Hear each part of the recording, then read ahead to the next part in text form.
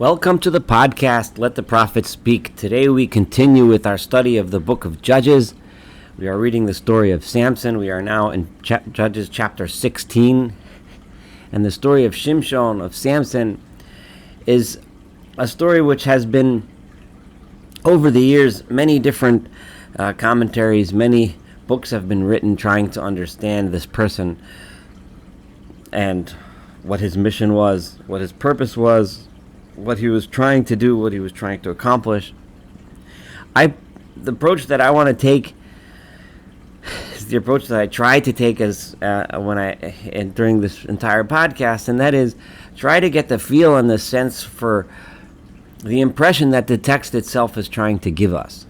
And so far, the impression that has been coming out of the text regarding Samson is the idea of a young man who was born with a mission, with a purpose, with the potential for saving the people from the Philistines, for the potential of leading the people, a young man who had Ruach Hashem, the Spirit of God, upon him.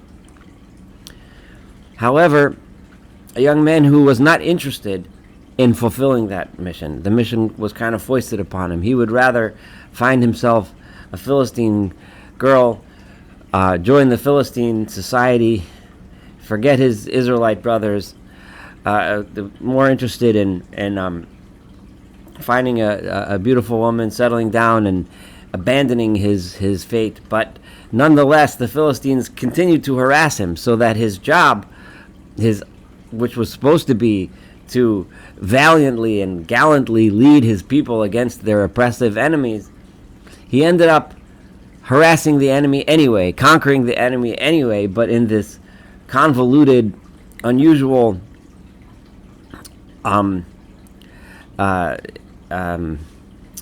impetuous way. So he became this thorn on the side of the Philistines, even though he was initially interested in joining them. So that his mission is going to end up being accomplished in this roundabout way, instead of the way that it should have been. So we finished the last chapter after the episode of the foxes and the burning down the Philistine fields by tying torches to the foxes' tails, and then he ended up trying to hide away from the Philistines. The people of Israel themselves handed him over to them, and the episode where they tried to attack and kill him, and he, with simply the jaw of a donkey, he killed thousands of the Philistine enemy. Now, in the end, it says Vayishbot es Yisrael. He ended up judging the people of Israel, kind of like an afterthought. He was a leader because he had to be, and the people admired him because of the Philistines that he had destroyed. So now, Shimshon, after that tiny little verse and he judged the people and was a leader, Shimshon was sick and tired of it again. So chapter 16 starts in this. He wanted comfort. Vayelech Shimshon azosa. Shimshon went to Gaza. Now, this is crucial. It's not just that he went to Gaza. Gaza, of course, is the capital of the Philistine territory. So in other words, Shimshon was done with being the judge of the people. He just went to Gaza. Vayarsham Ishazona. He saw a prostitute there. Vayavo Ilah, and he slept with her. So the text is deliberately giving us the impression Shimshon was done with being a leader, done with being a judge. He'd rather go and sleep with a prostitute in Gaza among the enemies. La'azasim leimar, however, among the people in Gaza, it was said, Ba Shimshon heina. They found out Samson is here. Remember the guy who's been such a pain in the neck for us, and he's killed so many Philistines. He's here. Let's get him. Vayasobu, and they gathered around, presumably the place where he was with this prostitute. Vaye'ervu lo kol halayla, and they waited and set an ambush over him the entire night, b'shar ha'ir, in the gate of the city, so that they knew when he leaves the town, they'll be able to grab him. Vayitcharshu kol halayla leimar, and the whole night they whispered and spoke to each other, saying as follows: Ad or haboker, let's just wait till the morning. V'haragnu, so clearly he's going to have to leave the town in the morning. As soon as he comes out of the town gate, we'll kill him. Vayishkav Shimshon ad chatzi halayla, and Shimshon, presumably either he knew this would happen or somehow he heard about it, so he waited till the middle of the night. He figured they'd be waiting till the morning, and in the middle of the night, that they'd assume that he'd be sleeping through the night. In the middle of the night, by Yakam B'Chatzi Alayla, he gets up in the middle of the night. V'ye'echoz b'daltot sha'ar. He went to the town gate.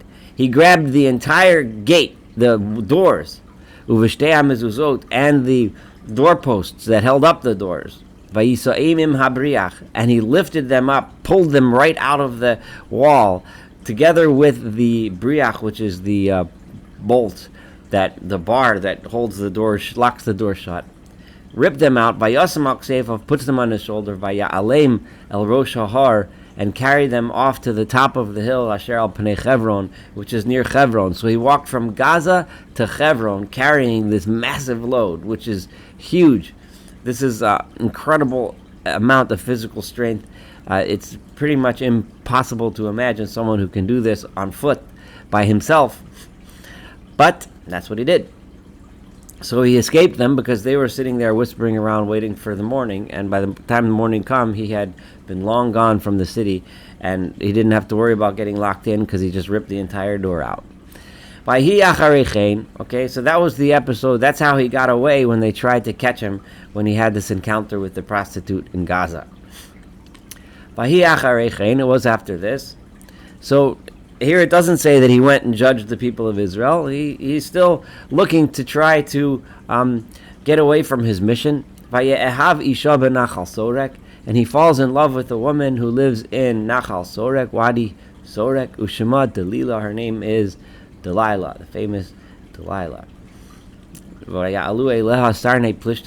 And now Delilah was obviously a Philistine woman. Shimshon now decides that he is going. Nachal Sorek is not in Philistine territory, but the Philistines were spread out because they were the overlords over the entire land at this time. So he found a Philistine woman, falls in love with her, and that's what he wants his fate to be. But fate is not going to have it. His fate is to lead the people against their oppressors.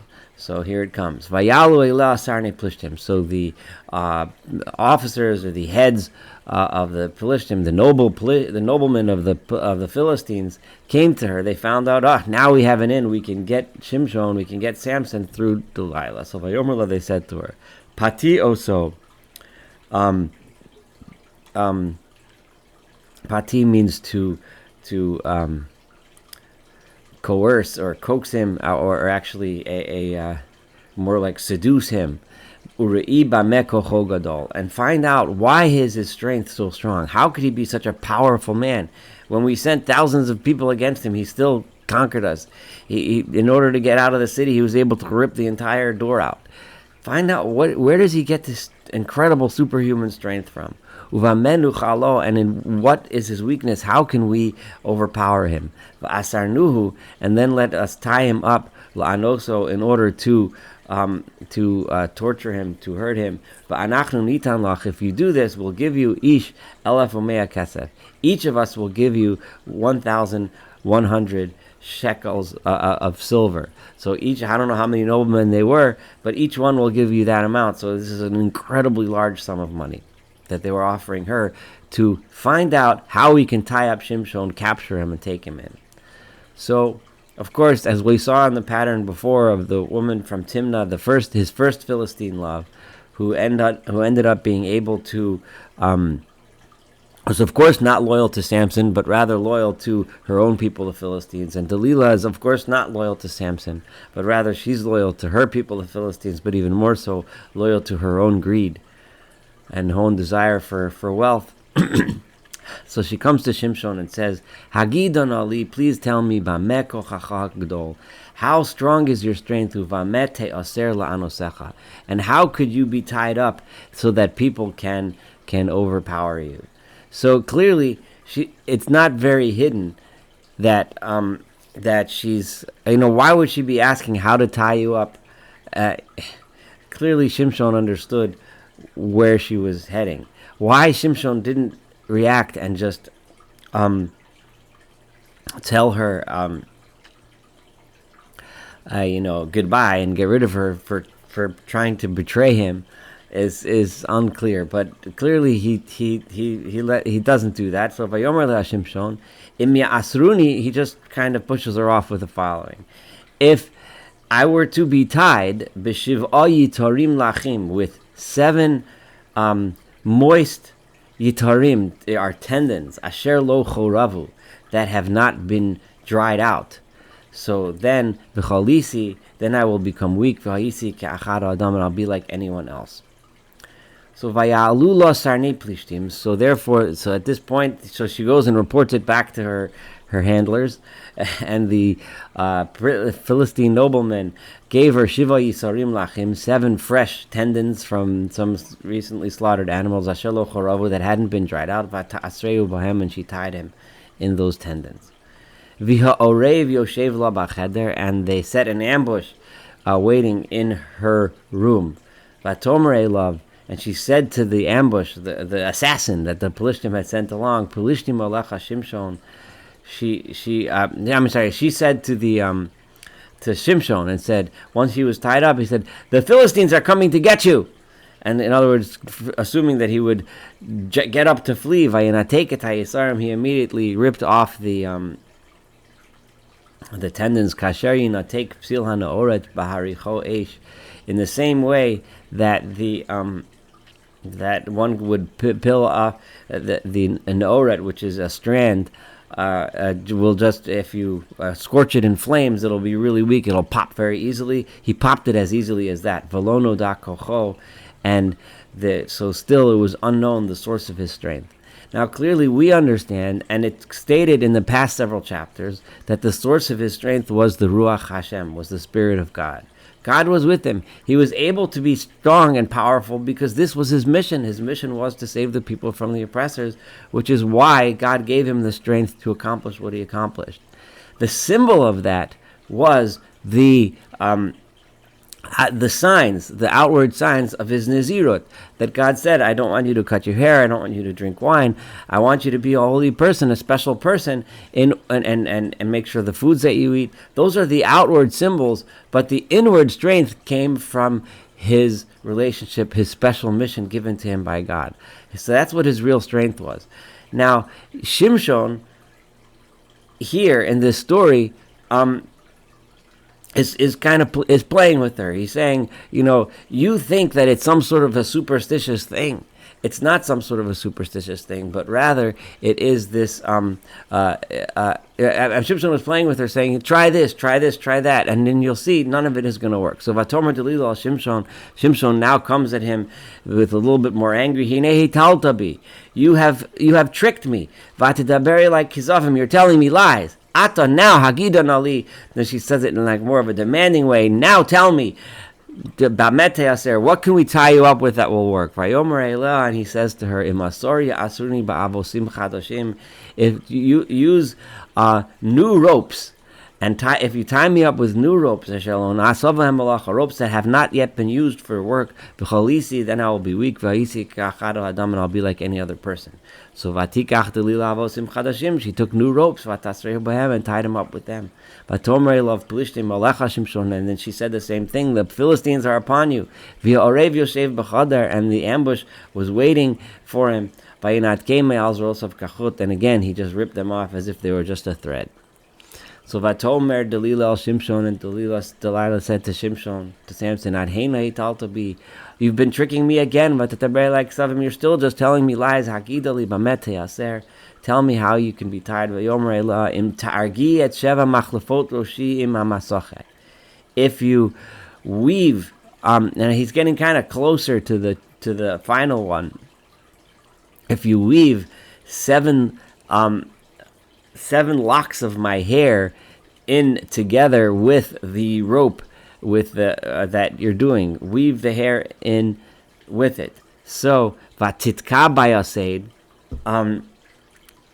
So she did that. She wove in his hair, because remember his hair was very long, was woven in with the ropes, and she pinned it in so that they should stay together with a peg. And she said, the Philistines are upon you. So he wakes up from his sleep. And he pulled out the peg, and he pulled out the entire web and the whole thing. and it didn't work. So now she's really upset. Vatomer love, she says to him, Eich tomar avti, how you tell me you love me? You don't love me. V'libcha einiti, your heart is not with me. If you really loved me, you would tell me. Zeh shalosh pa'amim heitaltabi. This is 3 times already. You're making tricks. And you're not telling me what your strength is that's strong. Now, all of these things make the assumption that there's some kind of a supernatural power. The sign of the Nazirut is not yes, it's supernatural in the sense that it comes from God, but the sign of the Nazirut is that it's only through the strength that God gives him that he's able to accomplish his thing. It's not something magic, it's not something superstitious, but it is the strength and power of God. So vayehi ki hetzika lo b'dvorah, when she keeps on pestering him with his words, kol hayamim, days and days and days, v'taltzeu, and she's constantly pushing him, v'tiktzar nafsho lamus, he's finally, enough of this, let me die already, this is such a pain, I don't need to listen to this anymore. What Shimshon should have done, if I'm here to say what people should have done by this time, is say, obviously you don't love me, and I'm leaving, and get out of here. You're no longer my wife. What kind of a wife is this? But Shimshon's desire to be away from his mission is so strong. His desire to just be able to enjoy himself with his Philistine wife and get out of this mission that God had given him, and just get away from all the responsibilities that are attached to that, was so strong that he doesn't want to and never will leave Delilah. He just won't leave her, because she is the symbol of everything that he wants, and the symbol of everything that is the opposite of what his true mission should have been. So at this point, he's ready to say, you know what? All of these symbols of Nazirut that had been given to me, that represent my special relationship with God that I'm supposed to have, you take all that away from me, and then my strength will be gone. Vayagid lo es kol libo. Finally, he told her everything that is in his heart. Now, this is really important. He explained to her that you want to get away my true strength. If I give up these symbols, these reminders that will sever my final attachments to my people, to the Jewish people, to God, if I sever my attachments to the special mission that God gave me, then my strength will be gone. Vayomer, he said, Moralo Allah al Roshi. The reason why my hair is so long and a razor does not come upon my head is ki nazir Elohim animi betanimi, because I am a special nazir for God from the time I was born, from the time my mother had conceived me. So this is the sign of the relationship that I'm supposed to be in Nazir Elohim, that I'm supposed to be with God. Im gulachti v'sarmi menikochi. So therefore, if you shave my hair, that will mean that I'm declaring that no longer am I a Nazir for God. No longer do I have or want this special relationship with God. V'sarmi menikochi. Then my strength will be gone. V'chalisi, I will be weak. V'hisi k'chol adam. I will be just like everyone else. I'll be just an ordinary person with no special mission, no special destiny to be the savior of the people, and I'll be gone.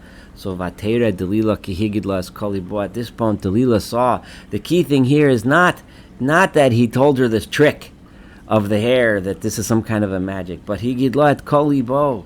He had told her everything that was in his heart. In his heart, there was still an attachment to this hair, so to speak. That's the symbol of the special relationship to God. If I just get rid of that special relationship, right? Delilah here saw that this really meant something. This was different. Vatishlach. So then she sent. Vatikrolasane Plishtim. Finally, she calls all of the noblemen of the Philistines. Lamar Alu Hapam. This time, come, because this is the real one. Ki higidli et kolibo. This time I know it's real because he told me what was in his heart. Not this some special magical trick. Remember, the Philistines would have thought we need some superstitious trick.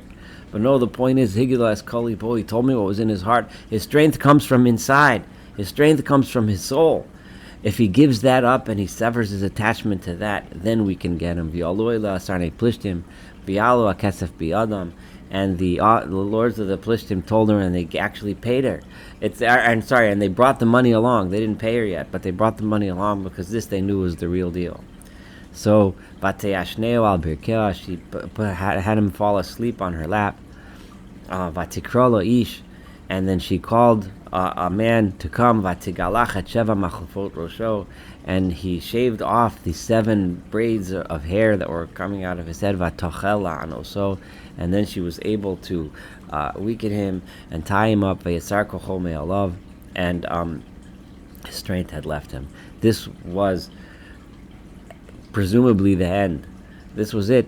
God had said, he's given up completely on the special mission. That's it. Hand him over to the Philistines. He's failed.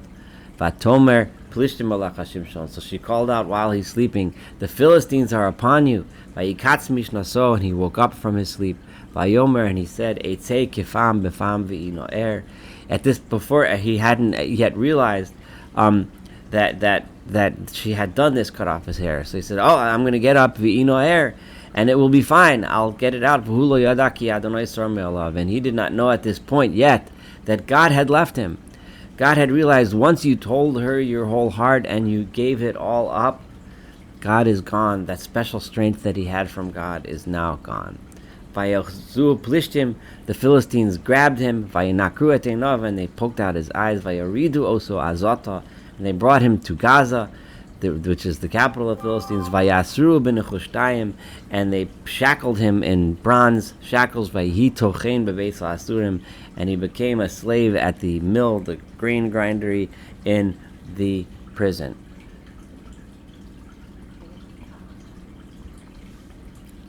We will. I'm going to stop here and do the rest of this chapter in the next installment. Thank you so much for paying attention and for studying with me the book of Judges and the story of Samson, and we will read to the climactic end of this story with the Philistines and Samson in the next chapter. Thank you so much.